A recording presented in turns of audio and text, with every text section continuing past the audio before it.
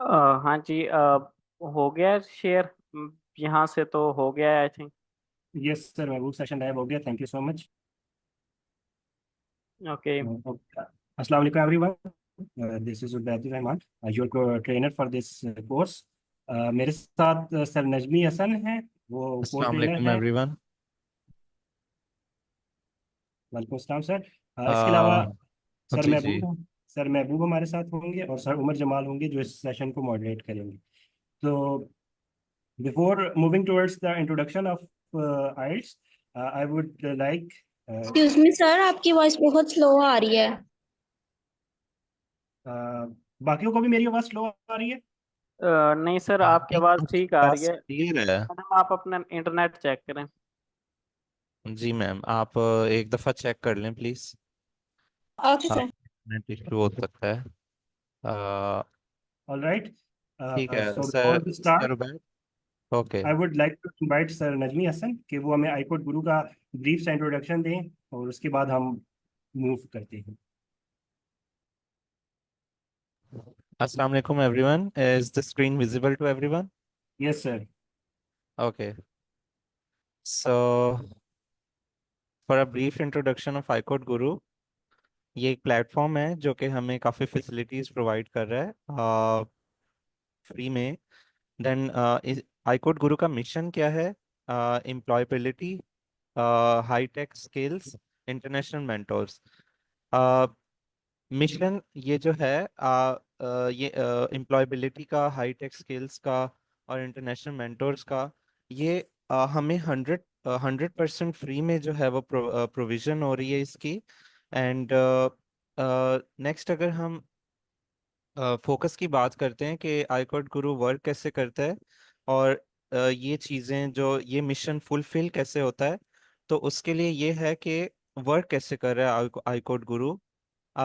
जो है multiple sessions होते हैं आईकॉड गुरु पे वीक में, 5 वीक्स अ डे जो कि वर्किंग डेज होते हैं, उनमें मल्टीपल सेशंस होते हैं जिसमें मुख्तलिफ आयल्स के और डीएसए के एंड मशीन लर्निंग के जो हैं वो अच्छा, मेरी आवाज़ तो सबको क्लियर है ना?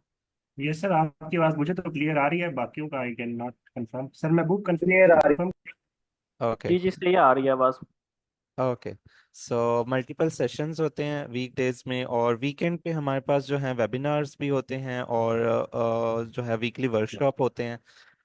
इसमें हमारे पास जो है जैसे कि लिखा है पाइथन फॉर एब्सोल्यूट बिगिनर्स।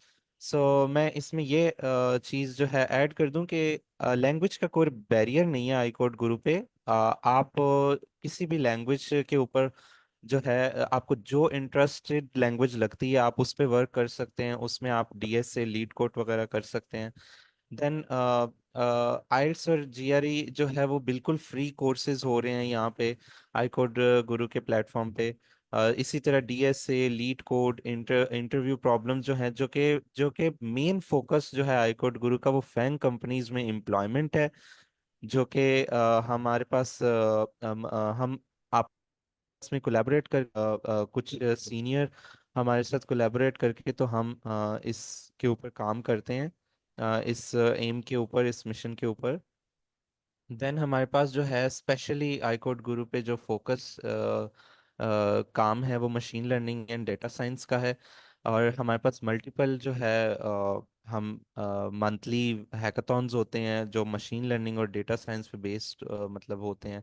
और उसमें जो है बहुत से लोग पार्टिसिपेट करते हैं, और और उन हैकाथॉन्स में आपकी पूरी पूरी मदद जो है वो आईकोड गुरु से आपको मिलती है।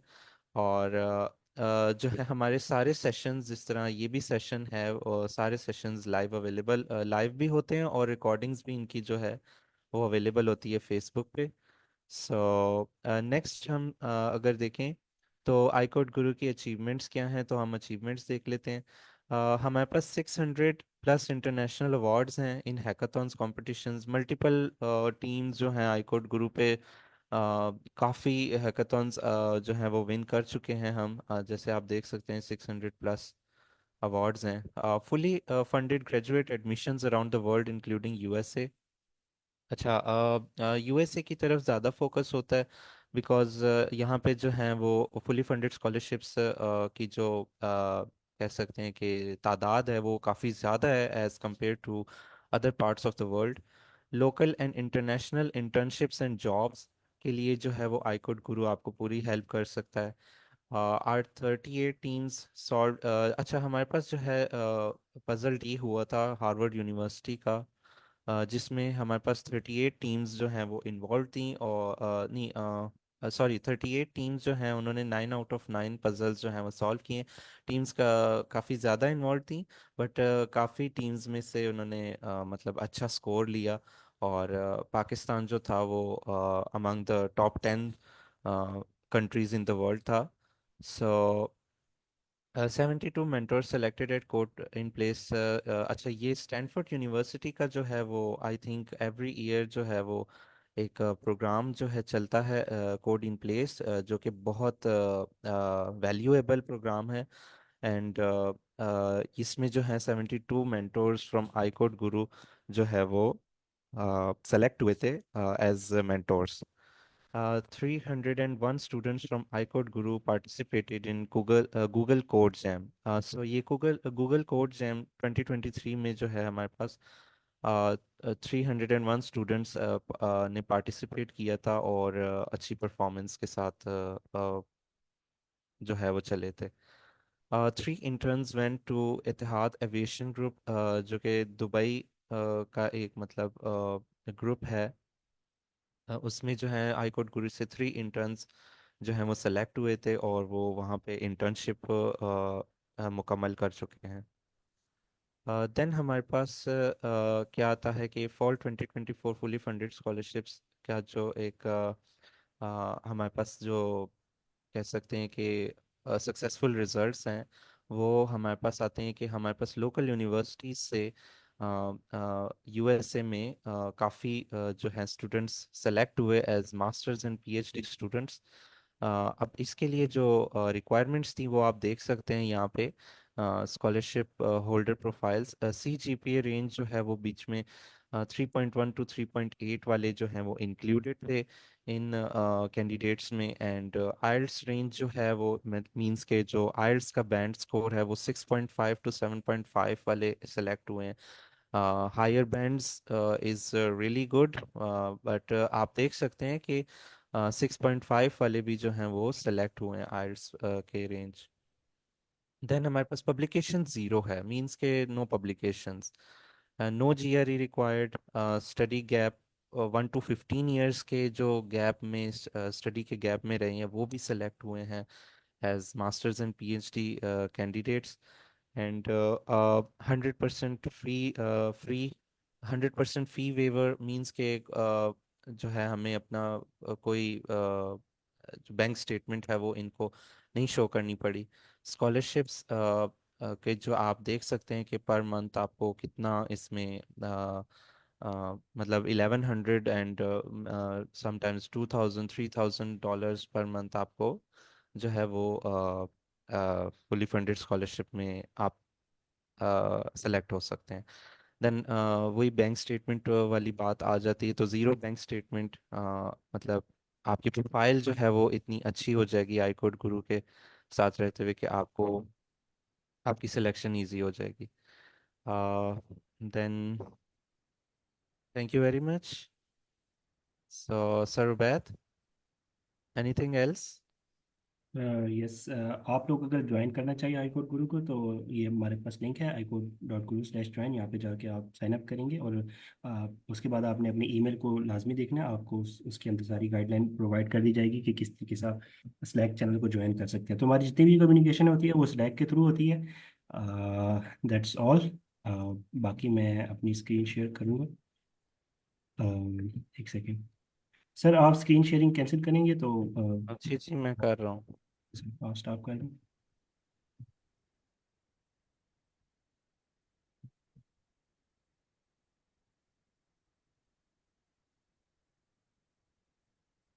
सर मुझे कंफर्म कीजिएगा मेरी स्क्रीन शेयर हो रही है। Yes, your screen is visible. Okay. First of all, I would like to welcome you all to our this new course of 1 p.m. IELTS Prep for Fully Funded Scholarship, and welcome on board. तो सबसे पहले without any further delay बात करते हैं आइल्स test के format की।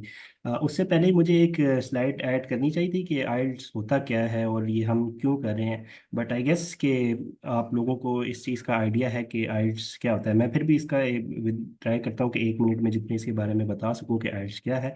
आइल्स stands for international English language testing service. Service भी कहते हैं, सिस्टम भी कहते हैं इसको, लेकिन मोस्ट जो बेटर सिस्टम ही का वर्ड यूज़ होता है। तो ये एक ऑर्गेनाइजेशन है अलग से जो 1970s एंड 80s से काम कर रही है, और ये इंग्लिश प्रोफिशिएंसी टेस्ट जो है कंडक्ट करती है। अब जो आइल्स के जो टेस्ट होते हैं वो आइल्स खुद कंडक्ट नहीं करते, इनकी पार्टनर ऑर्गेनाइजेशन है आईडीपी एंड ब्रिटिश काउंसिल, वो ये टेस्ट कंडक्ट करती हैं। और उसके अलावा जो टेस्ट का सिलेबस वगैरह है और जो हेल्पिंग मटेरियल है वो कैम्ब्रिज यूनिवर्सिटी प्रेस प्रोवाइड करते हैं। और आइल्स जो है ये आगे मैं बताऊंगा डिटेल में कि इसकी क्या वैल्यू है जब आप, और ये फुली फंडेड स्कॉलरशिप में हम इसको पहली सीढ़ी क्यों कंसिडर करते हैं कि जब भी आपने फुली फंडेड स्कॉलरशिप की बात आती है तो सबसे पहले जो सवाल पूछा जाता है कि are you done with your IELTS, आपका आइल्स का क्या स्कोर है। इसको हम थोड़ी देर में देखते हैं। उसके बाद बात कर देते हैं टेस्ट फॉर्मेट की। तो हमारे पास आइल्स के दो हमारे पास फॉर्मेट होते हैं। सर नजमी मुझे कंफर्म कीजिएगा मेरी आवाज़ आ रही है ना, कोई इशू तो नहीं है? जी जी, आपकी आवाज़ बिल्कुल क्लियर है। Okay sir Najmi, thank you for confirmation. अच्छा, हमारे पास इसमें दो स्ट्रीम्स हैं। एक इसमें हमारे पास आता है आइल्स जनरल ट्रेनिंग और दूसरा होता है आइल्स एकेडमिक। ठीक है। तो इसके अलावा भी एक और होता है यूकेवीआई का भी, उसके अलावा मुझे बारे में मुझे ज़्यादा इन्फॉर्मेशन नहीं है। बट जो जिससे हम जिससे हम कंसर्न है वो हमारा है आइल्स एकेडमिक। तो आइल्स का जो बेसिक फॉर्मेट है इसके टोटल 4 पार्ट्स होते हैं: listening, reading, writing and speaking. Test जो होता है वो ऑलमोस्ट 2.5 आवर, और मे बी आप कह लें कि 2.5 आवर का होता है। उसके बाद स्पीकिंग टेस्ट जो होता है वो उसी टाइम हो जाता है समटाइम्स, बट मोस्टली ये होता है कि 1-2 घंटे के बाद आपका स्पीकिंग टेस्ट होता है। तो वो 11 to 14 मिनट्स का होता है। तो आप कह लें कि राउंड अबाउट आपका 2 hours and 50 या 3 hours का ये टेस्ट होता है। तो लिसनिंग, रीडिंग, लिसनिंग में जो है वो भी लिसनिंग रीडिंग में जो है वो टोटल दोनों में 40-40 क्वेश्चंस होते हैं। और लिसनिंग के लिए आपको 30 मिनट्स मिलते हैं, रीडिंग में आपको 60 मिनट्स होते हैं। आपने 40 क्वेश्चंस को होते हैं वो आंसर करना होता है। उसके बाद एकेडमिक राइटिंग में हमारे पास 2 पार्ट्स होते हैं, टास्क 1 एंड टास्क 2। टास्क 1 में आपने 150 वर्ड्स का ऐसे लिखना, ऐसे नहीं मतलब जो आपको डायग्राम दी होती है उसकी डिस्क्रिप्शन प्रोवाइड करनी होती है, उसको आगे हम डिटेल में देखेंगे। एंड उसके बाद राइटिंग टास्क 2 में आपने ना डिफरेंट टाइप्स ऑफ ऐसे आपको आ सकते हैं: एग्री, डिग्री, डिसएग्री, ऐसे, advantages, disadvantages, two type question और डबल मिक्स टाइप क्वेश्चन। वो इस तरीके के क्वेश्चन हमारे पास होते हैं। उसके बाद स्पीकिंग में ना हमारे पास 3 पार्ट्स होते हैं। पार्ट 1 में आपसे बेसिक्स क्वेश्चन पूछे जाते हैं। पार्ट 2 में आपसे वो पूछते हैं कि आपको एक क्यू कार्ड दिखाया जाता है स्क्रीन पे, और उसके बारे में आपने 2 मिनट तक बोलना होता है। और उसके बाद पार्ट 3 थोड़ा सा डिफिकल्ट होता है, उसमें जनरल जो है कुछ किसी टॉपिक से रिलेटेड थोड़े से डिफिकल्ट क्वेश्चंस पूछे जा सकते हैं। अच्छा, ये तो बात हो गई एकेडमिक की। तो जनरल ट्रेनिंग जो होता है ये अगर आपने किसी प्रोफेशनल जॉब्स वगैरह के लिए आप जा रहे हैं तो वो भी इसी तरीके से होता है। बाकी सारा कुछ फॉर्मेट ये सेम ही होता है। बस आई गेस रीडिंग में जो है वो सॉरी राइटिंग में पार्ट 1 में आपने ना लेटर राइटिंग करनी होती है। तो थोड़ा बहुत बाकी बाकी चीज़ों में भी थोड़ा डिफरेंस होता है, हो सकता है, लेकिन जहाँ तक मेरी नॉलेज है उसके मुताबिक ये है कि दोनों तकरीबन सेम ही है। तो ये है कि जब हम क्योंकि फुली फंडेड स्कॉलरशिप्स की बात कर रहे हैं और हमारा टारगेट भी यही है, तो हम फोकस रहेंगे हाइट्स एकेडमिक की तरफ। ऑलराइट। तो यही सारी चीज़ जो है वो यहाँ पे मैंने एक्सप्लेन की भी है कि लिसनिंग, एक सेकेंड, ओके। तो लिसनिंग में हमारे पास 30 मिनट्स होते हैं और 4 सेक्शंस होते हैं। 4 सेक्शंस में तकरीबन ये होते हैं कि हर सेक्शन में ना 10-10 क्वेश्चंस होते हैं। और एमसीक्यूज भी, एमसीक्यू टाइप्स भी होते हैं, फिल इन द ब्लैंक्स होती हैं, और हेडिंग और डिफरेंट। अब ये हम आज का हमारा टॉपिक भी जो है लिसनिंग ही है, इसको हम थोड़ी देर बाद इसको डिटेल से देख लेंगे क्वेश्चन टाइप्स को। तो फिलहाल आप ये ध्यान में रखें कि टोटल 40 क्वेश्चंस होते हैं। एंड उसके हर क्वेश्चन का 1 मार्क्स होता है। अगर वो ठीक हो जाए तो आपको 1 मार्क मिल जाता है, और नहीं तो गलत हो जाए तो आपको कोई मार्क नहीं मिलता। और इसमें नेगेटिव मार्किंग, ओवरऑल एग्जाम में नेगेटिव मार्किंग नहीं होती। रीडिंग में हमारे पास 60 मिनट्स होते हैं।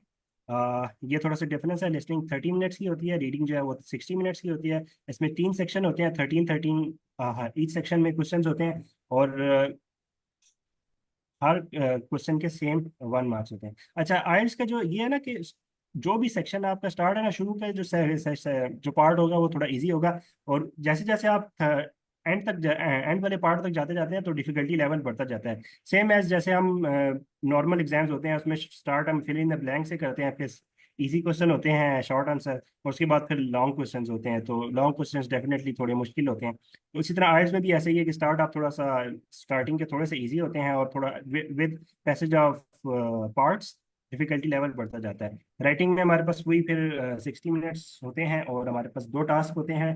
टास्क 1 में हमने 150 वर्ड्स के अंदर एक डिस्क्रिप्टिव डिस्क्रिप्शन हमने लिखनी होती है, जो हमें पैराग्राफ कोई एक फिगर दी जाती है, उसमें चार्ट्स भी हो सकते हैं और प्रोसेस डायग्राम्स हो सकती हैं, तो उनको हमने डिस्क्रिप्शन प्रोवाइड करनी होती है, उसकी मेन डिटेल्स को ब्रीफली लिखना होता है। 150 वर्ड्स से 200 के वर्ड्स के दरमियान प्रेफर किया जाता है। और जो राइटिंग टास्क 2 है वो प्रेफर किया जाता है कि वो 250 वर्ड्स से लेके 300 वर्ड्स के दरमियान हो। इसके अलावा फिर जो स्पीकिंग पार्ट होता है, इसमें 3 पार्ट्स होते हैं, और मोस्टली क्योंकि पाकिस्तान में तो उनके एग्जामिनर्स नहीं होते, तो मोस्टली जो ये होता है कि जो एग्जामिनर्स होते हैं वो कोई फॉरेनर ही होता है, ब्रिटिश पर्सन होता है, या वो मेल मेल होते हैं या फीमेल होती हैं। वो आपका उनके साथ ऑनलाइन एक जूम मीटिंग के थ्रू आपका एक होता है सेशन। उसमें आपने ना, वो आपसे कुछ एग्जाम क्वेश्चन जो है वो कंडक्ट, आपका एग्जाम वैसे कंडक्ट होता है। ओके। तो ऑलराइट। अच्छा, तो बात कर लेते हैं कि आइल्स, अगर आपको थोड़ा सा आइडिया है, लाइक थोड़ा सा आपने प्रैक्टिस टेस्ट भी किए हो, तो आपको थोड़ा पता चलेगा कि आप एक्सपेक्ट कर रहे होंगे कि आपके तो आप आराम से 9 बैंड ले लेंगे और इस सारा कुछ। लेकिन ये है कि जब आप टेस्ट देते हैं तो आप जो है वो आपका जो तो मार्क्स हैं वो 5 बैंड और 6 बैंड के अराउंड आते हैं। तो what is that thing which make IELTS difficult? तो ये मैंने स्लाइड जो है स्लैक पे भी शेयर कर दी, आप ये वीडियो जरूर शेयर कीजिए, चेक कीजिएगा। This video by Chris, he runs a YouTube channel IELTS advantage, और काफ़ी फेमस भी है, और जो ये गाइड्स प्रोवाइड करते हैं बिल्कुल लेजिट गाइड्स होती हैं। और अच्छा, तो हम बात कर रहे थे कि what makes it difficult, right? तो अब जैसे आप देख सकते हैं कि इस वीडियो में एड्स किस दिखा रहा है कि वो एक ऐसी ब्रिज पे चल रहा है जिसमें ना वो पानी फ्लो कर रहा है, और हर स्टेप पे ना एक ट्रैप है, जिसको हम कहते हैं ना कि, एक सेकेंड, हाँ, अब आप देखें ना कि हमने अपना हर कदम अगला बढ़ाने से पहले बहुत ही एहतियात से आगे बढ़ना है। अदरवाइज चांस ये है कि हम उसमें गिर के मतलब पानी में बह सकते हैं और कपड़े खराब हो सकते हैं। तो सिमिलरली इसमें भी यही होता है आइल्स में कि बहुत ज़्यादा ट्रैप्स हैं। लिसनिंग में आपको ना, आपने एक आंसर जो है सिलेक्ट करना है, तो वो वो बात करेगा पहले कि I will go to the shop at 5 p.m. But I think that time will be there will be sun outside, so I prefer to go in later in the night at 9 p.m. तो देखें, अब उसने आपको trap किया। पहले उसने कहा कि मैं 5 बजे चला जाऊंगा, लेकिन फिर वो कहता है कि नहीं, मैं तो 9 बजे जाऊंगा। तो अगर आप ट्रैप में फंस गए और आपने 5 p.m. लगा दिया, तो आपका तो क्वेश्चन गलत हो जाएगा, क्योंकि उसने तो बाद में बात कही है कि 9 p.m. तो इस तरीके के ट्रैप, इसी तरह रीडिंग में ट्रैप्स ये होते हैं कि आपको ना रीडिंग में ट्रैप्स इस तरीके से आते हैं कि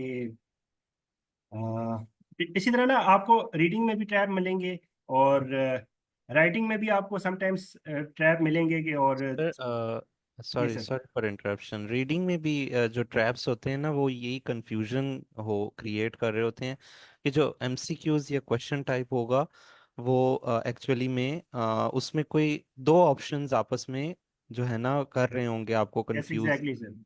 और आप जो है ना काफी उस वक्त परेशान हो सकते हैं। लेकिन उसका यही है कि वो फिर भी उसमें से कोई एक ऑप्शन बहुत गलत होगा, और वो जो है रीडिंग पैसेज में कहीं ना कहीं उसका छुपा हुआ आंसर होगा। वो थोड़ा एक दो तीन दफा रीड करने पे ना फिर वो आपको क्लियर हो जाता है। सो राइट। ट्रैप्स अच्छा। इसी तरह, हाँ। Yes sir, thank you so much sir Najmi. मैं थोड़ा सा वो भूल गया था। अच्छा, हाँ, इसमें ये होता है ना कि जो रीडिंग में जब आपको ना आंसर दिए हुए होते हैं ना, तो वो पैराफ्रेज किए हुए होते हैं। अच्छा, अब आप आंसर सर लिखा आपको ना आपने पैसेज में रीड किया, आपको पता चल गया कि ना आप आंसर, इस क्वेश्चन का आंसर है फीलिंग। बट आप जब देखेंगे एमसीक्यूज के आंसर्स में कि फीलिंग कहाँ पे लिखा है, तो फीलिंग का वर्ड नहीं लिखा होगा। फीलिंग का जो नियरेस्ट मीनिंग बन रहा होगा सेंसेशन लिखा हुआ हो सकता है, या कुछ और इस तरीके से ना। तो एक इस तरीके का, तो इस तरीके के काफी ट्रैप्स होते हैं। हम ट्रैप्स पे डिटेल में ना जब हम टॉपिक्स पे जाएंगे तो वो हम उसको तब और डिटेल में देखेंगे। तो मेन चीज ये है कि ये this is the thing which makes IELTS difficult, otherwise IELTS is not difficult. IELTS simple English है, और हमारे लिए तो एज ए पाकिस्तानी और सब कॉन्टिनेंट पीपल हमारे लिए इंग्लिश ज़्यादा एक इजी, इस वजह से हमारे लिए कॉन्टेक्स्ट इतना मुश्किल नहीं है, क्योंकि हम तो मतलब बचपन से ही जब से हमारी स्कूलिंग स्टार्ट होती है तो इंग्लिश में हम स्कूलिंग स्टार्ट करते हैं।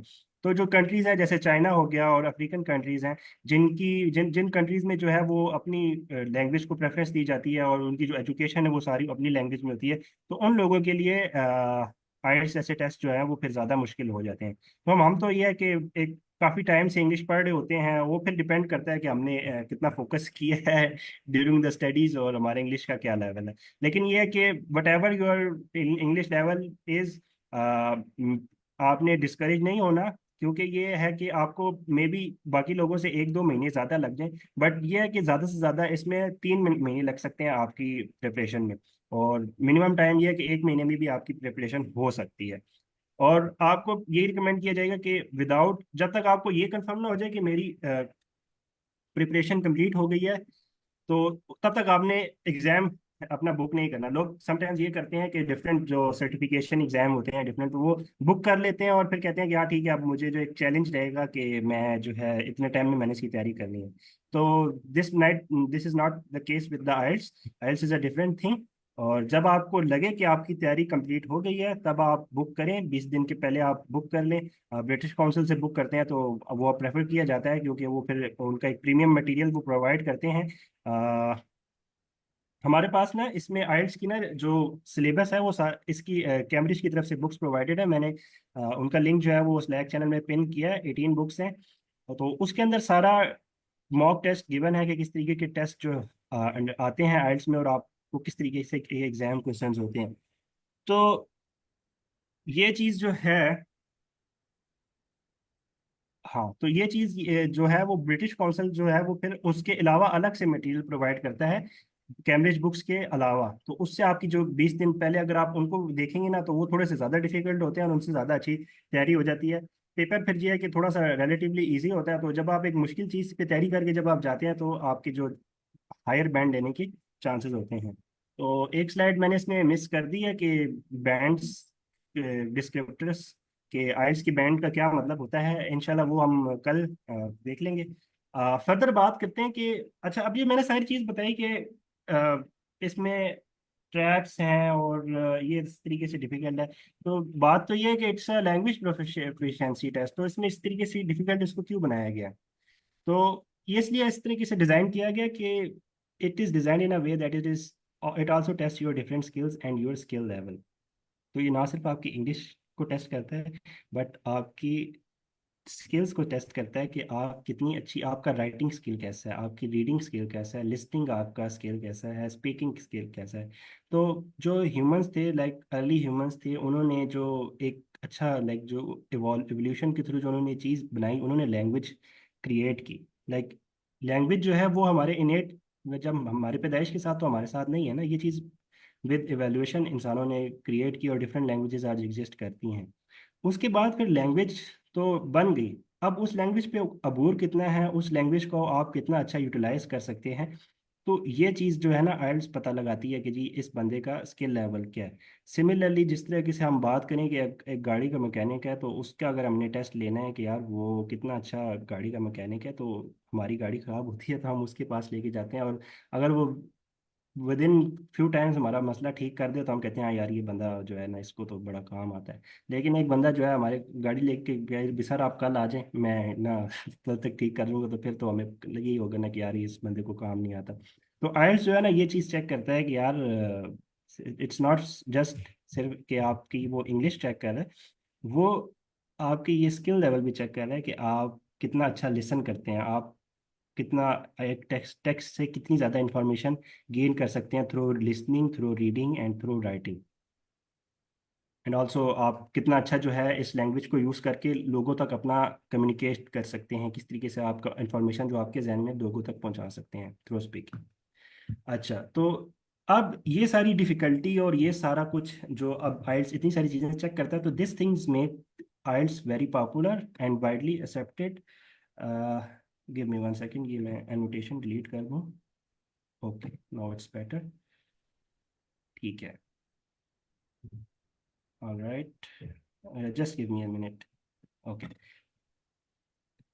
ठीक है। तो ये वजह है कि आयल्स जो है वो, क्योंकि एक ये हैं भी काफ़ी टाइम से, 1970s एंड 80s से they are in this field and widely accepted, इसी वजह से है। अब एक आपका जो एम्प्लॉयर है, जो या फिर जो आपके जो यूनिवर्सिटी प्रोफेसर है, जो आपको फुली फंडेड स्कॉलरशिप ऑफर करेगा, जो आपको हायर करेगा, तो उसको कैसे पता चलेगा कि यार हाँ ये बंदा, वो आपकी सीवी से उसको आपकी बाकी स्किल्स तो पता चल जाएंगे कि हाँ यार इस बंदे को ये काम आता है, और बाकी वो आपके ड्यूरिंग द इंटरव्यू वो आपसे वो देख सकता है कि इसको ये चीज़ आती है कि नहीं, और वो आपके डेमो प्रोजेक्ट्स और सीवी में जो आपने प्रोजेक्ट्स मेंशन किए होंगे उससे पता चल जाता है।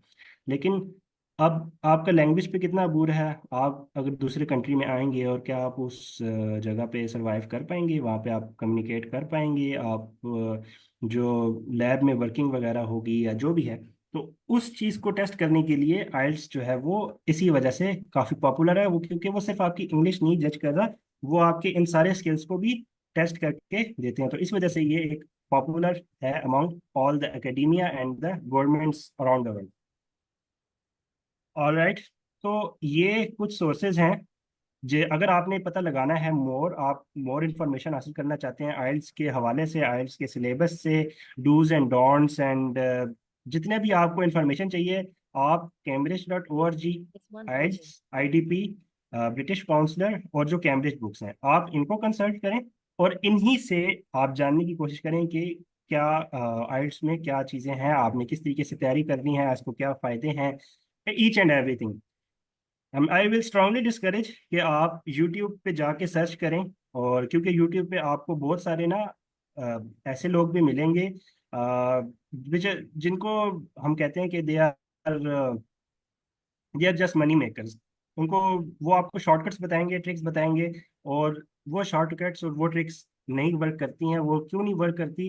जो मैंने वीडियो का लिंक शुरू में ऐड किया है वो आप देखें, आपको उससे आइडिया हो जाएगा कि जो आइल्स के जो ट्रेनर्स होते हैं, जो टेस्ट चेक करते हैं, जो एग्जामिनर्स होते हैं, उनको स्पेसिफिकली ट्रेन किया जाता है to catch the cheaters. Cheater से मेरा मुराद ये नहीं है कि, क्योंकि आइल्स में लोग चीटिंग तो नहीं कर सकते, तो चीटिंग से मुराद ये होती है कि आप जो है वो स्पेसिफिक सेंटेंसेस और स्पेसिफिक आप ऐसेज याद करके चले जाएं, और स्पेसिफिक आंसर्स आप टेलर याद करके चले जाएं, तो वो उनको विद इन सेकेंड्स पता चल जाता है कि यार ये बंदा जो है ये चीज़ एक रट के आया हुआ है। तो वो फिर ये है कि वो आपके बैंड्स को इफेक्ट करती है। तो आई विल स्ट्रांगली डिस्करेज कि आप उन चीज़ों को फॉलो करें, और सिर्फ जो ये ऑथेंटिक वेबसाइट्स हैं इन्हीं से आप सिलेबस को फॉलो करें और इन्हीं की जो गाइडलाइंस हैं उनको फॉलो करें। इसके अलावा जो हमारे पास कुछ प्लेटफॉर्म्स तो आपको बहुत सारे मिल जाएंगे जिन पे आप मॉक टेस्ट कर सकते हैं। आइल्स टेस्ट सिमुलेशन है, आइल्स सॉल्व है, and IELTS ready member dot British Council dot ORG है। अच्छा, इसकी एक्सेस आपको तब मिलेगी जब आइल्स का जो आप जो है ना आइल्स की वेबसाइट पे आप अपना अकाउंट, आइल्स का एग्जाम बुक करेंगे। अच्छा, हमारे पास आइल्स का एग्जाम में ये होता है कि आप बुक कभी भी कर सकते हैं, लेकिन ये है कि आप ना वो जब तक आप फी पे नहीं करेंगे तो वो आपका ना बुकिंग लाइक सेव नहीं होती। तो आप सिंपली वेबसाइट पे जाके अपना अकाउंट क्रिएट कर लें, और बेशक अपना वो बुक ना करें। आई विल रिकमेंड कि आप बुक ना ही करें। सिंपल आप इस वेबसाइट पे जाएं, अपना एक अकाउंट बना दें जीमेल के थ्रू, और जोन से भी ईमेल उसके थ्रू आप अपना अकाउंट क्रिएट करें, और जितने भी फ्री आपको वो मिल रहे हैं रिसोर्सेज, उनको यूटिलाइज करें। अच्छा, ये तो वेबसाइट्स पहले आप ये सोच रहे होंगे कि पहले मैंने ये वेबसाइट्स बताई हैं कि आपने इन्हीं से पढ़ना है, और अब मैं आपको दूसरी वेबसाइट बता रहा हूँ। तो ये वेबसाइट्स जो है ना, यहाँ पे आप मॉक टेस्ट की प्रैक्टिस कर सकते हैं। यहाँ से आपने सिलेबस और जितनी भी गाइडलाइंस है वो सिर्फ यहीं की फॉलो करनी है। बाकी मॉक टेस्ट आप इन वेबसाइट्स पे दें या कोई और वेबसाइट्स पे दें, वो आपकी मर्जी है। तो क्योंकि आई गॉट गुरु में काफ़ी जितने भी पास स्टूडेंट्स हैं वो इसी मोस्टली यही वेबसाइट्स रिकमेंड करते हैं और उन्होंने यही वेबसाइट्स यूज़ की हैं। तो हम भी यही रिकमेंड करेंगे। लेकिन यह है कि आप जो है वो, अगर आपको कोई और अच्छा रिसोर्स मिले तो आप वो भी यूज़ कर सकते हैं। और आप अगर आपको लगे कि यार ये बाकियों के साथ शेयर करना चाहिए तो आप ज़रूर शेयर करें। ऑलराइट। इसके अलावा हमारे पास सर नुमान मुनीब, जिन्होंने लास्ट मंथ आइल्स का टेस्ट दिया था, 7.5 उनका ओवरऑल स्कोर है। इन्होंने बहुत अच्छा एक रोड मैप बनाया हुआ है। तो उनका रोड मैप अगर आप देखना चाहें तो गूगल ड्राइव का लिंक मैंने स्लाइड्स में शेयर किया हुआ है। स्लाइड्स जो है वो मैंने उसका लिंक ऐड किया हुआ है स्लैक चैनल में, तो वो आप गूगल ड्राइव से आप देख सकते हैं। सो अच्छा, आप आपने क्या करना है कि आपने हम सेशंस को ज्वाइन करना है। 1 PM का सेशन ज्वाइन करें। इसके अलावा 5 PM का एक सेशन चल रहा है, 7 AM है, 9 PM है और 10 PM है। इसके अलावा भी इंशाल्लाह नेक्स्ट वीक एक और सेशन स्टार्ट हो जाएगा। तो आइल्स के सेशन जो है वो थ्रू आउट द डे चलते रहते हैं। तो आपने उनको ज्वाइन करना है, उनसे आपने ओवरव्यू समझना है, आइल्स के एग्जाम को समझना है। और साथ साथ आपने मॉक टेस्ट अटेम्प्ट करने हैं। रोजाना आपने एक लिसनिंग का और स्पीकिंग का टेस्ट तो आपने ज़रूर जो है वो अटेम्प्ट करना है। उसके साथ साथ आप क्या कर सकते हैं कि आपकी इंग्लिश जो है वो प्रोफिशेंसी इम्प्रूव हो और आप इन टेस्ट में अच्छा परफॉर्म कर सकें। तो आप जो है अपने रीडिंग मॉड्यूल को इम्प्रूव करने के लिए आप ये करें कि आप रोज़ाना 10 to 100 pages of English every day आपने रीड करनी है। कोई भी बुक ले लें, कोई आर्टिकल ले लें, तो आपने मेक श्योर करना है कि मिनिमम 10 और ज़्यादा से ज़्यादा 100 पेजेस आप रीड करें। क्योंकि ये है कि मोस्ट ऑफ हम में से बहुत लोगों को ये होता है कि हमने ना सिर्फ अपनी ज़िंदगी में मोस्टली हमने ना जो कोर्स की बुक्स होती हैं वो ही पढ़ी होती हैं। उसके अलावा हमारा बुक रीडिंग करना शौक नहीं होता, विच इज़ फाइन। वो कोई ऐसी बुरी चीज़ भी नहीं है, हर किसी की अपनी प्रेफरेंसेस हो सकती हैं। लेकिन ये है कि अगर आपकी रीडिंग की हैबिट नहीं है इतनी, तो आप ये है कि आपको मैं रिकमेंड करूंगा कि आप अपनी रीडिंग की हैबिट बनाएं। ये चीज़ जो है आपको आइल्स के रीडिंग पार्ट में बहुत हेल्प करेगी। Customize your YouTube to English only. अच्छा, ये चीज़ मैं नेक्स्ट स्लाइड में बताऊंगा कि आप इंग्लिश अपनी यूट्यूब की जो वेबसाइट है, सॉरी जो यूट्यूब का की फीड है, उसको आप सिर्फ इंग्लिश ओनली कैसे कर लें। तो उसके लिए आपने ये करना है कि जितने भी नॉन इंग्लिश चैनल्स हैं उनको आप कुछ टाइम के लिए अनसब्सक्राइब कर दें। और जितने भी चैनल्स हैं जो इंग्लिश कंटेंट शेयर करते हैं, लाइक अगर टेक्निकल वीडियोस है वो इंग्लिश में है, और अगर आप कोई इंटरटेनिंग वीडियोस कंज्यूम करते हैं तो वो भी आप सिर्फ इंग्लिश में ही कंज्यूम करें। तो उससे यह है कि आपका ना एक ब्रेन में इंग्लिश को कंप्रीहेंड करने का जो मैकेनिज्म है वो इम्प्रूव होगा।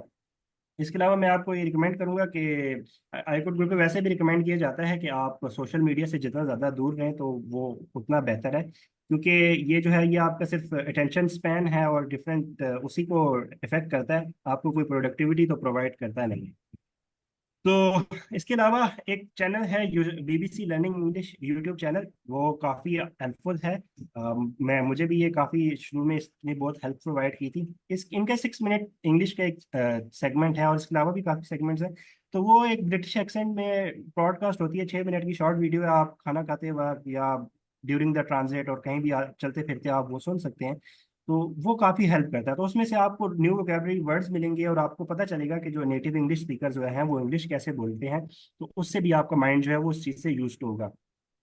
अच्छा जी, ये एक बहुत इम्पॉर्टेंट पॉइंट है। तो ये हमारे साथ एक नॉन नेटिव इंग्लिश स्पीकर्स हमारे साथ ये इशू होता है कि हम जब इंग्लिश लर्निंग शुरू करते हैं बचपन से ही, तो हम जो ट्रांसलेट करके इंग्लिश लर्निंग सीखना शुरू करते हैं। पहले हम एक उर्दू का वर्ड सीखते हैं, फिर हम उसको इंग्लिश में ट्रांसलेट करते हैं और फिर हमें पता चल जाता है हाँ इस वर्ड का ये मतलब है। लेकिन अगर हमने उर्दू सीखी थी तो हमने उर्दू ऐसे तो नहीं सीखी थी ना कि जी हमने हर उर्दू के वर्ड का मीनिंग पहले सीखा और फिर उर्दू सीखी। हमें ऑटोमेटिकली आगे पीछे मतलब हमने एज यूजुअल रूटीन लोगों को सुनते हुए बोलते हुए देखा और डिफरेंट चीज़ों का हमें एक्सपीरियंस करके हमें उर्दू बोलना सीख लिया आगे।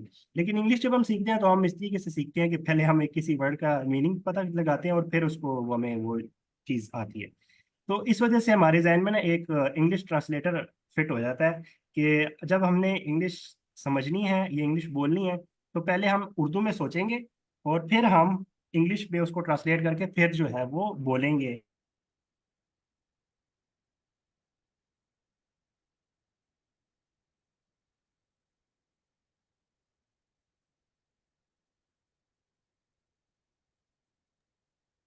सुरवैद, आपकी आवाज़ चली गई है।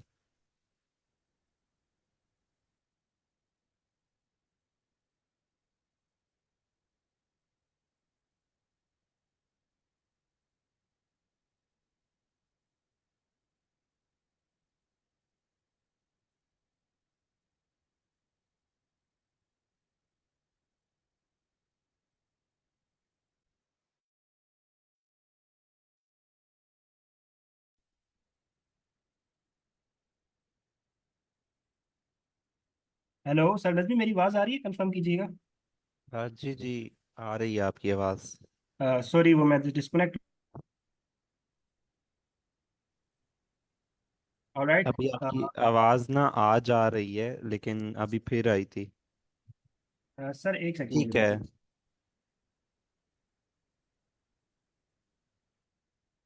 मेरा इंटरनेट डिस्कनेक्ट हो गया था। एक सेकंड, मैं स्क्रीन शेयर कर रहा हूँ। अच्छा, मुझे बताइए कि स्क्रीन शेयर हो रही है? जी जी, हो रही है शो। ओके। ठीक है, मुझे बताइएगा, मुझे इंटरप्ट कर दीजिएगा अगर कोई ना इंटरनेट का इशू हो, मेरी आवाज़ क्लियर ना आ रही हो। अच्छा, मैं बात कर रहा था कि आप कैसे जो है इंग्लिश को इंग्लिश में अंडरस्टैंड करना और इंग्लिश को इंग्लिश में बात करना आप कैसे कर सकते हैं। तो इसके लिए ये है कि आप ना इंग्लिश में अपनी रूटीन को सोचा करें। अगर आपने कोई चीज़ सोचनी है तो ये शुरू शुरू में थोड़ा मुश्किल होता है, लेकिन अपनी आपने अगर कोई चीज़ सोच रहे हैं तो आप ट्राई करें कि आप उसको इंग्लिश में सोचें। इसके अलावा जब आप कहीं जा रहे हैं तो रास्ते में गाड़ी में बैठे आप कुछ नहीं कर रहे होते, तो आसपास जो भी आपके चीज़ें नज़र आ रही हैं तो आप उनको ना इंग्लिश में नेम करने की कोशिश करें अपने माइंड में।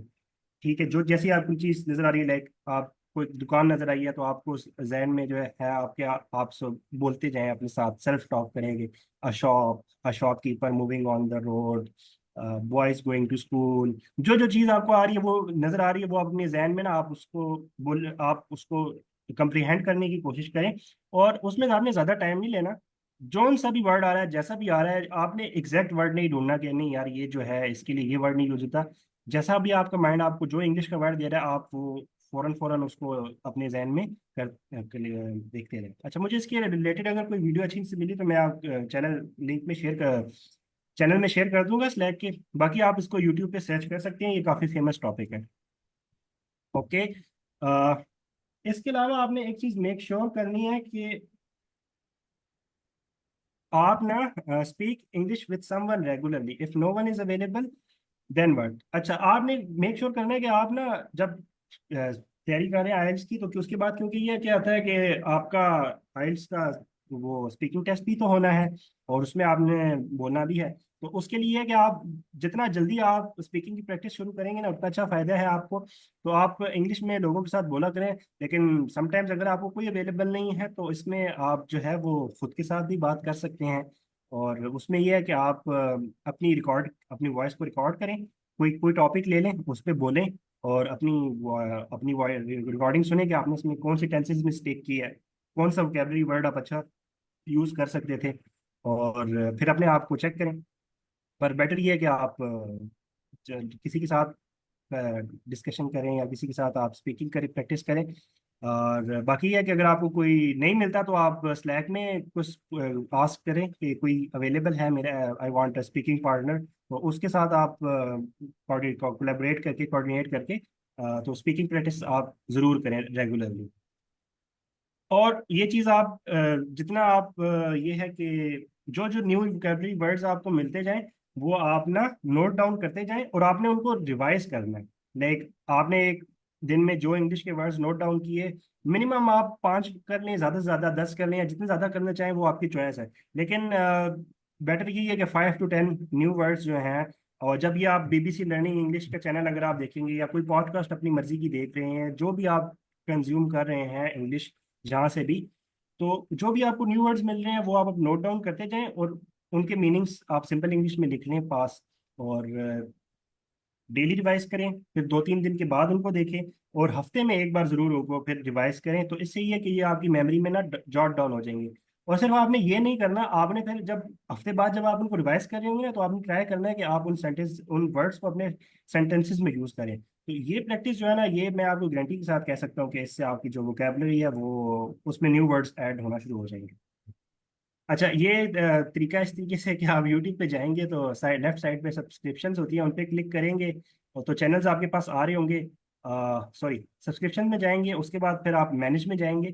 मैनेज के बाद आपको जो फिर चैनल्स की लिस्ट नज़र आ जाएगी, उसमें आप सब्सक्राइब की जगह फिर उसको आप अनसब्सक्राइब सब्सक्राइब कर दें और कुछ टाइम के लिए कर दें। थोड़ा सा आपको करना पड़ेगा, क्योंकि ये है कि जितना आप इंग्लिश वाले इन्वायरमेंट में रहेंगे तो उतना जो है ना आपका माइंड उतना जल्दी जो है ना वो यूज टू हो जाएगा और उतना आपको पॉजिटिव रिजल्ट्स मिलना शुरू हो जाएंगे। अच्छा, तो आपके लिए मेरे पास जो टू डू लिस्ट है वो ये है कि prepare for IELTS as much as you can. 1 से 3 मंथ आपको जो मैंने बताया कि लग सकते हैं प्रिपरेशन में, डिपेंडिंग ये कि आपके इंग्लिश का लेवल क्या है। और ये है कि आपको उससे उससे कम टाइम भी लग सकता है। And how to know you are ready for the test. अच्छा, अब आपको कैसे पता चलेगा कि यार मैं दो, आप कहें यार मैं 1 महीने से तैयारी कर रहा हूँ और 2 महीने से कर रहा हूँ तैयारी, मुझे क्या मैं टेस्ट के लिए रेडी हूँ? तो इसके लिए सिंपल सी ट्रिक ये है कि आप मॉक टेस्ट देंगे, और अगर आपका मॉक टेस्ट में जो एक कंटिन्यूसली 3 दिन तक या कंटिन्यूसली आपका स्कोर जो है वो आपके जो टारगेट बैंड है उसके अराउंड आ रहा है, तो आप देन यू कैन से कि हाँ मैं टेस्ट के लिए रेडी हूँ। और आपको फिर ये कि उस टाइम तक खुद इतना अपने आप पे कॉन्फिडेंस हो जाएगा कि हाँ यार मैं जो है ना नाउ आई एम रेडी। तो उस टाइम आप टेस्ट बुक करें 20 दिन का गैप रख के, और उस टाइम में फिर आप जो है वो ब्रिटिश काउंसिल का जो प्रीमियम मटेरियल है उससे उस पर प्रैक्टिस करें। तो इसका बैंड जो है वो, इसमें ये होता है ना हमारे पास बैंड्स होते हैं डिफरेंट। बैंड 2.5 से शुरू होता है बैंड स्कोर, और हाईएस्ट बैंड जो होता है वो 9 बैंड्स कहलाता है। और रिकमेंडेड यही किया जाता है कि जो आपका बैंड हो ना वो 6.5 से लेके 9 के दरमियान जो भी आपका बैंड हो, ये रिकमेंड किया जाता है। क्योंकि यूनिवर्सिटीज़ की ना रिक्वायरमेंट होती है कि आपका स्पीकिंग, कुछ का तो ये होता है कि वो ओवरऑल का ही कह देते हैं, और कुछ यूनिवर्सिटीज़ जो है वो कहती हैं कि आपका स्पीकिंग जो है वो 7 होना चाहिए, और लिसनिंग जो है वो आपका 7। यानी कि मोस्टली यूनिवर्सिटी इसके अराउंड जो है ना वो प्रेफर करती हैं कि आपका स्कोर इसके अराउंड हो। तो आपने जहाँ टारगेट करना है तो आप 9 को भी टारगेट करें, और 9 को नहीं करते तो 8 को, तो ऑलमोस्ट 8.5 और 8 को जरूर टारगेट करें। और जब आपके मॉक टेस्ट में 8.5 या 8 आना शुरू हो जाए तो इट मीन्स कि that you are ready for the test. अच्छा, when to the book the test, और जब आपको ये चीज़ श्योर हो जाए अच्छा, ये क्वेश्चन है, यस मैम। ब्रिटिश काउंसिल की वेबसाइट पे जो है वो कितने मॉक टेस्ट होते हैं? फॉर एग्जांपल अगर हमारी प्रिपरेशन फुल डन हो गई है तो हमें कितने दिन पहले टेस्ट बुक करवा लेना चाहिए ताकि हम उन सारे के सारे मॉक टेस्ट को अटेम्प्ट कर लें? यस मैम, इसमें ना हमारे पास 20 होते हैं टेस्ट। तो आप हर दिन अगर एक टेस्ट की करें तो फिर ये आपके पास 20 डेज होने चाहिए। आप 15 डेज, अब डिपेंड करता है कि आप एक दिन में 2 भी कर सकते हैं, वो फिर आप जिस तरीके से करना चाहें। तो हमारे पास ऑलमोस्ट 20 होते हैं मॉक टेस्ट जो आप दे सकते हैं। ओके, तो अच्छा, विच टू चूज ब्रिटिश काउंसिल और आईडीपी, क्योंकि मैंने शुरू में बताया कि ब्रिटिश काउंसिल जो आईएलटीएस के टेस्ट हैं वो ब्रिटिश काउंसिल और आईडीपी दोनों कंडक्ट करते हैं। तो ब्रिटिश काउंसिल जो है वो वाइडली उनका एक नेटवर्क पाकिस्तान में काफ़ी अच्छा है, और इनके काफ़ी पॉजिटिव रिस्पॉन्सेज हैं। तो आईएलटीएस गुरु पे हम जो है ब्रिटिश काउंसिल को ही रिकमेंड करते हैं। और बाकी अगर आपके घर के करीब आईटीपी का सेंटर करीब आपके पड़ रहा है तो आपको अगर वो आप वहाँ जाने देना चाहें तो इसमें कोई वो आपको हम रोके कोई क्या है, वो नहीं है, मना नहीं है। लेकिन ये है कि ब्रिटिश काउंसिल जो है वो क्योंकि प्रीमियम मटेरियल भी प्रोवाइड करता है और इस तरीके से, लेकिन ये है कि जितनी वो ब्लॉग्स वगैरह और जितनी गाइडलाइंस आईटीबी की वेबसाइट पे आपको मिलेंगी ना, वो ब्रिटिश काउंसिल की वेबसाइट पे आपको वैसे नहीं मिलेंगी। जब आप एग्जाम रजिस्टर कर लेंगे उसके बाद आपको मॉक टेस्ट और इस तरीके से सारी चीज़ें मिल जाएंगी। और वैसे भी अगर आपको फ्री मटेरियल भी चाहिए तो आपको उसके लिए ना अकाउंट बनाना पड़ता है ब्रिटिश काउंसिल की वेबसाइट पे। लेकिन आईटीपी का जितना भी कंटेंट है ना वो फ्रीली फ्रीली अवेलेबल है। तो ये एक अलग से डिबेट है कि ब्रिटिश काउंसिल हो या आईटीपी, किसको चूज करें। तो जो आपको बेहतर लग रहा है, जो आपकी इंट्यूशन कह रही है कि मैं इससे बुक कर लूँ, जो आपको करीब पड़ रहा है आपके घर से, तो आप उसको चूज करें और उसके साथ बुक कर लें। इससे ये अच्छा, इसमें ये लोग ये कहें कि यार आईडीपी जो है वो एग्जामिनर जो है वो लूज मार्किंग करते हैं और ज़्यादा नंबर दे देते हैं, ब्रिटिश काउंसिल वाले टफ मार्किंग करते हैं। तो ऐसा केस नहीं है। तो दोनों के ओवरऑल जो रिजल्ट्स हैं वो सेम ही होते हैं, दोनों की जो मार्किंग क्राइटेरिया है वो सेम ही है। वो कोई इसमें एक्स्ट्रा ट्रीटमेंट किसी को नहीं दी जाती।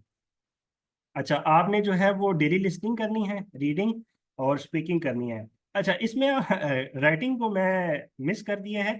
राइटिंग भी आप कर सकते हैं, लेकिन ये है कि राइटिंग जो है वो रिकमेंड किया जाता है कि आप उसको ना एंड में, मतलब इन सबको कवर करने के बाद आप फिर राइटिंग की तरफ जाएं। और आप इस पहले भी कर सकते हैं। अच्छा, इसमें कोई एक स्ट्रेटजी जो है वो नहीं है कि मैं कहूँ कि आप यही फॉलो करें। आप एक अपनी स्ट्रेटजी बनाएं और उसको फॉलो करें तो वो भी बेस्ट है। तो इस तरीके से, क्योंकि आपको ना डिफरेंट स्ट्रेटजीज मिलेंगी और हर बंदे की ना डिफरेंट चॉइसेस होती हैं। तो अगर आपको जो चीज़ जो आपको बेहतर लग रहा है आप उसको भी फॉलो कर सकते हैं। आप राइटिंग की पहले प्रैक्टिस शुरू कर दें और लिसनिंग और रीडिंग भी साथ साथ करते रहें। तो वैसे ये रिकमेंड किया जाता है कि आप लिसनिंग पहले करें कवर, फिर रीडिंग करें स्पीकिंग, और उसके बाद फिर आप जो है ना राइटिंग के पोर्शन के ऊपर जाएं। So with that, let's begin with the reading part if there are no questions. All right. अगर किसी के बेसिक क्वेश्चंस हैं तो वो पूछ सकते हैं।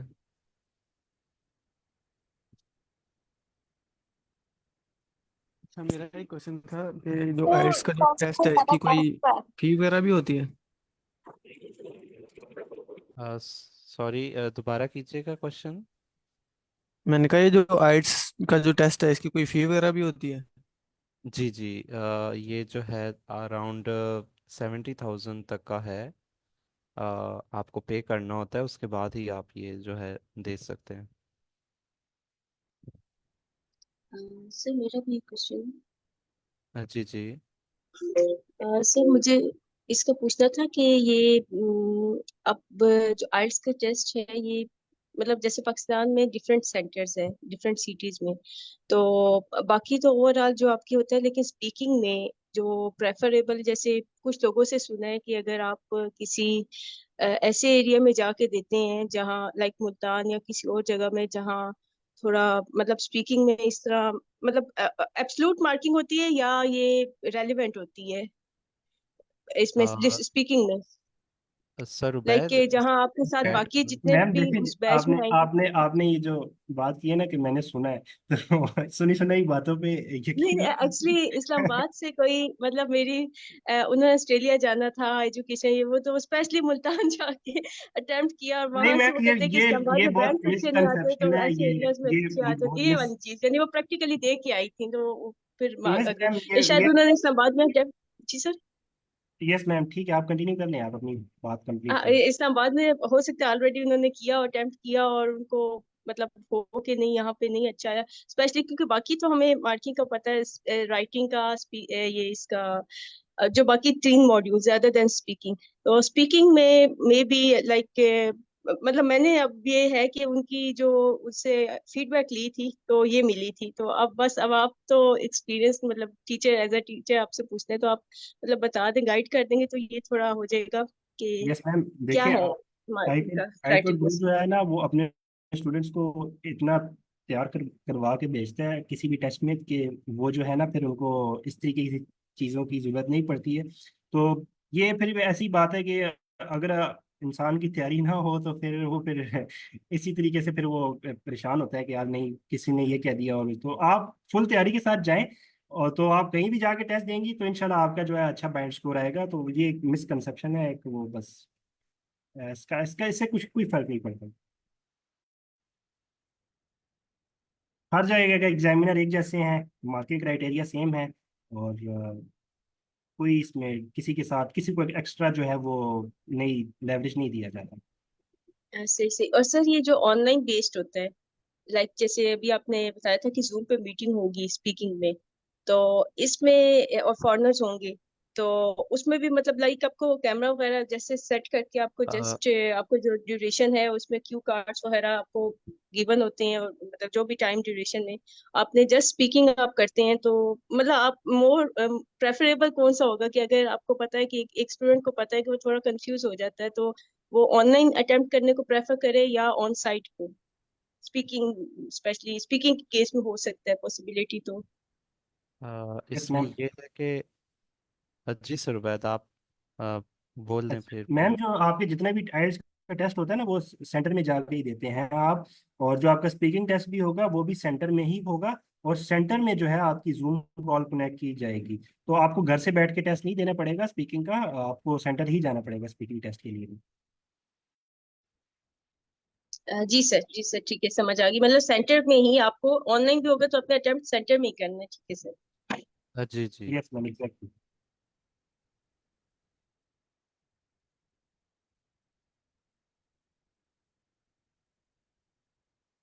और सर मोस्टली स्टूडेंट कौन सा टेस्ट देते हैं, ज्यादा कंप्यूटर बेस्ड या फिर पेपर बेस्ड, और इसका भी होता है बैंड्स पे कोई इफेक्ट आता है? लाइक अगर हम पास में देखें तो कौन से स्टूडेंट्स के ज्यादा अच्छे बैंड्स आते हैं, कंप्यूटर बेस्ड वालों के या पेपर बेस्ड वालों के? और अगर किसी ने चूज करना है तो उसको कौन सा चूज करना चाहिए? ओके मैम, इसमें हमारे पास दोनों ऑप्शंस हैं, कंप्यूटर बेस्ड और पेपर बेस्ड। तो दोनों से कोई इसमें इस रिजल्ट पे कोई इफेक्ट नहीं पड़ता कि ऐसा कहा जाए कि जो टेस्ट कंप्यूटर पेपर बेस्ड देते हैं उनके मार्क्स, उनका बैंड अच्छा आता है, और जो कंप्यूटर बेस्ड देते हैं उनका ज़्यादा आता है। तो कोई डिफरेंस नहीं है, सेम डिफरेंस है। वो बस डिपेंड करता है कि आप जिस कंट्री में है वहाँ पे अवेलेबिलिटी किस चीज़ की ज़्यादा है, और आपकी जो प्रेफरेंस है वो क्या है। तो जो पेपर बेस्ड टेस्ट है वो थोड़ा सा कॉस्टली भी होता है, उसकी फीस जो है वो अराउंड 70+ है। जो कंप्यूटर बेस्ड होता है वो ऑलमोस्ट 62 और 70 के दरमियान उसकी ना प्राइस रेंज होती है। तो अगर आपकी टाइपिंग स्पीड अच्छी है तो आप ज़रूर कंप्यूटर बेस के लिए जाएं। और अगर आप जो है कंप्यूटर से रीडिंग आप कर सकती हैं, कंप्यूटर से आपको तो डिफिकल्ट नहीं लगता, तो आप कंप्यूटर बेस के लिए जाएं। लेकिन अगर आपको लगता है कि मैं राइटिंग स्पीकिंग जो है वो, जो आप टेस्ट जो है वो पेपर बेस ज़्यादा अच्छे दे पाएंगी, तो वो आप उसके लिए ऑप्ट कर लें। ये आप इस सवाल का जवाब तो है वो अब हर किसी ने खुद देना है कि आपने अपनी इंट्यूशन से डिसाइड करना है कि मेरे लिए कौन सी चीज़ जो है वो बेस्ट है। और ये है कि अगर आप जब आइल्स की तैयारी करें तो आप ये है कि अपनी टाइपिंग प्रैक्टिस भी अगर आप ऑनलाइन करें, हमारे पास डिफरेंट प्लेटफॉर्म्स अवेलेबल है। मंकी टाइप है और की बार है, टाइपिंग ट्यूटर है, डिफरेंट है। वहाँ से आप टच टाइपिंग सीख सकती हैं। आप easily with in a month आप अपनी टाइपिंग स्पीड 24 वर्ड्स पर मिनट से 50 वर्ड पर मिनट आराम से कर सकती हैं, अगर आप रेगुलरली 30 मिनट्स भी प्रैक्टिस करें तो।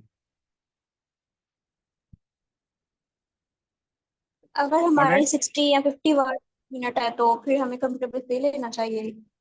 Yes ma'am, that would be a better thing. और बाकी ये है कि आप अपना मॉक टेस्ट जो है वो कंप्यूटर बेस्ड एक दफ़ा दे के देखें। और अभी हम देखेंगे ना नेक्स्ट क्लास में इंशाल्लाह हम मॉक टेस्ट देंगे, तो उससे आप देखें आपको क्या चीज़ आपको कंप्यूटर से मतलब स्क्रीन से उलझन तो नहीं हो रही। तो कुछ लोगों को होता है वो कंप्यूटर से रीडिंग नहीं कर पाते हैं, उनको ज़्यादा देर कंप्यूटर के सामने बैठना लाइक इतना ही उनसे होता। तो वो फिर ऐसे लोगों के लिए ये है कि वो फिर पेपर बेस की तरफ चले जाएं, वो उस तरीके से कर लें। लेकिन ये कि कंप्यूटर बेस्ड जो है वो थोड़ा सा रिलेटिवली, मुझे जो मेरी पर्सनल ओपिनियन के मुताबिक मुझे तो कंप्यूटर बेस ज़्यादा सिंपल लगता है। क्योंकि ये है कि अगर आप पेपर बेस में जाते हैं तो पहले आप लिसनिंग के जो आप क्वेश्चन जो आप लिखेंगे फिर आप उनको पेपर पे मूव करेंगे। अच्छा, इसमें ये है ना कि जो पेपर बेस्ड टेस्ट होता है और कंप्यूटर बेस्ड होता है उसमें ये थोड़ा डिफरेंस है कि जब आप लिसनिंग आपका पार्ट कंप्लीट होता है ना उसके बाद आपको 10 मिनट दिए जाते हैं कि आप जो आपने जितना भी जो आंसर्स है ना वो आप पेपर पे मूव कर लें। लेकिन कंप्यूटर बेस्ड में वो नहीं मिलते हैं। तो इसमें फिर ये है कि थोड़ा सा ये चीज़ें हैं, थोड़ा एक्स्ट्रा आपको चीज़ें करनी पड़ती है। कंप्यूटर में सिंपल ये है कि आप कंप्यूटर पे टाइप कर दें, कंप्यूटर पे टिक क्रॉस कर दें। और लेकिन ये है कि टाइपिंग वो उसमें ये है कि जब पेपर बेस्ड में आप जो है गलती अगर आपसे हो गई, आपने ले काट के दोबारा लिखना पड़ा, तो वो फिर ये कि थोड़ा सा वो चीज़ वो फैक्टर भी आ जाता है। अच्छा, इसमें कंप्यूटर में एक ये है और कि हम चीज। काट के दोबारा भी लिख सकते हैं। अच्छा, एक चीज यस मैं सर। और ऐड करना चाहूंगा। जो पेपर बेस है ना उसमें आप एक सिंगल मॉड्यूल को आप दोबारा नहीं रीटेक कर सकते। लेकिन कंप्यूटर बेस में आप ये रीटेक कर सकते हैं। अगर स्पेसिफिक मॉड्यूल आपका यानी कि उसके अंदर आपके बैंड्स कम है तो आप वो स्पेसिफिक मॉड्यूल दोबारा रीटेक कर सकते हैं। लेकिन ये ऑप्शन पेपर बेस के अंदर नहीं है। और एक और चीज ये है कि अभी जो है ना आइट्स का ब्रिटिश काउंसिल के ऊपर डिस्काउंट चल रहा है। जो अभी आइट्स एकेडमिक जो बुक हो रहा है वो 52K के अंदर बुक हो रहा है। जहाँ तक मैंने देखा है तो आई थिंक ये 31 अगस्त तक ये डिस्काउंट रहेगा। इससे आगे भी जा सकता है या नहीं जा सकता है ये मैं कंफर्म नहीं कह सकता। लेकिन ये अभी आप अगर वेबसाइट पे चेक करेंगे ब्रिटिश काउंसिल के तो वहाँ पे आपको डिस्काउंट भी जो है ना मिल जाएगा। आप जब की डेट लेना चाहेंगे तो वो आप ले सकते हैं। लेकिन जे 31 अगस्त तक रहता है। ये जो चीजें मैंने ऐड करनी थी तो ओके, किसी का लास्ट क्वेश्चन है तो पूछ लें, हमारा टाइम मीटिंग का एंड हो चुका है। सर मेरा तो एक क्वेश्चन था कि मतलब आइट्स के लिए हमारी जो इंग्लिश पे जो इंग्लिश ग्रामर पे जो ग्रिप है वो स्ट्रोंग होना चाहिए या फिर बेसिक ग्रामर के साथ भी इसको कर सकते हैं? सर नजमी, आप आंसर करना चाहेंगे? हाँ जी जी। आपकी इंग्लिश जो है वो बहुत ज़्यादा जो है हाई लेवल की नहीं होनी चाहिए। बट ये है कि आपके जैसे आपने कहा ग्रामर के ऊपर ग्रिप, तो ग्रामर के ऊपर ग्रिप किसी की भी नहीं है। Grammar is a vast knowledge of things. But जो है ना, आपकी बेसिक्स जो हैं वो अच्छे होने चाहिए, ताकि आप जो है क्योंकि आप देखें राइटिंग में जो है वो ग्रामर का जो है वो यूज़ होगा। देन लिसनिंग में एंड रीडिंग में तो आपके जो है ना सेंसेस का यूज होना है। तो जो राइटिंग में है वहाँ पे आप कुछ जो है वोकेबलरी एंड ग्रामर जो है आपको बताई जाएगी, रिसोर्सेज शेयर किए जाएंगे जो कि आप फॉलो करेंगे, तो with the passage of time you will be good enough to write good. Is that clear sir? Yes sir. और सर मेरा एक और क्वेश्चन था कि अभी जैसे पहले आपने बताया कि जितने भी आइट्स के टेस्ट है ये ऑन साइट आप जाके देते हो, तो ये कंप्यूटर बेस और फिर ये रिटर्न बेस, मतलब इनमें फिर कंप्यूटर बेस क्यों होता है? मतलब वहाँ अगर सेंटर पे ही जाते हैं तो वहाँ तो फिर रिटर्न भी होगा ना? जी जी नहीं, ऐसा है कि ये दो टू टाइप्स हैं। देते हम जाके सेंटर में ही हैं। बट एक होता है पेपर के ऊपर, मींस आप रिटर्न जो है आपके पेपर्स और बुकलेट्स वगैरह वो चीज़ें डिस्ट्रीब्यूट की जाती हैं। और वहीं दूसरी तरफ ही कंप्यूटर बेस्ड होता है, मींस के आप कंप्यूटर्स वहाँ अवेलेबल होते हैं। मतलब लैब होगी या उस तरह का सेटअप होगा जो कि वहाँ पे कंप्यूटर्स आपको अवेलेबल होंगे और आप वहाँ पे परफॉर्म करेंगे। तो इस तरह होता है, और देते हैं आप जाके सेंटर में ही हैं। तो is that okay clear? Sir. Yes sir, thank you. Okay everyone, thank you for joining. हमारा आज के session thank you so much, thank you पूरा सो होता है। Much sir. मैं